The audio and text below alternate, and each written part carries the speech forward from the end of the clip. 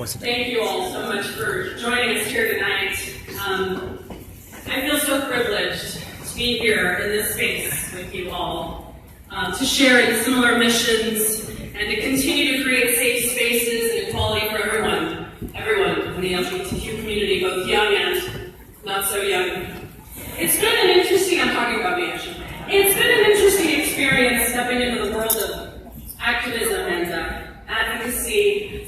I'm never sure what to expect when I enter into a conversation with someone about causes we're interested in. About a year and a half ago, I was speaking with an old colleague of mine, and we were sharing causes and communities we're passionate about. They listed one cause and community, a very meaningful one that I very much respect, and when I shared mine, it was about a list of like 4 or 5. My list went something like this: women and people of color, LGBTQ communities, Latinx communities, immigrants. This person said to me, you know, you should really try not to wear so many hats for so many communities. It could really dilute your message. Yeah. I wasn't really sure what to say.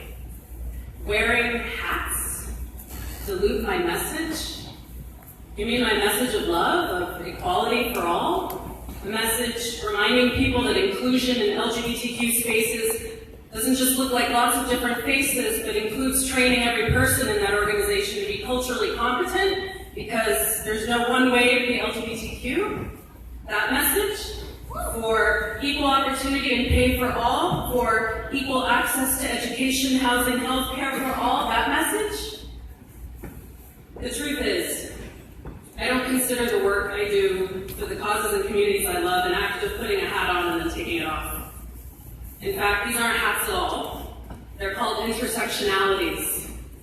They are meaningful, complex, intersecting, and in many cases marginalized and criminalized parts of my identity. They are not hats. I don't have the option to put them on or take them off, and I wouldn't want to, because they're all me.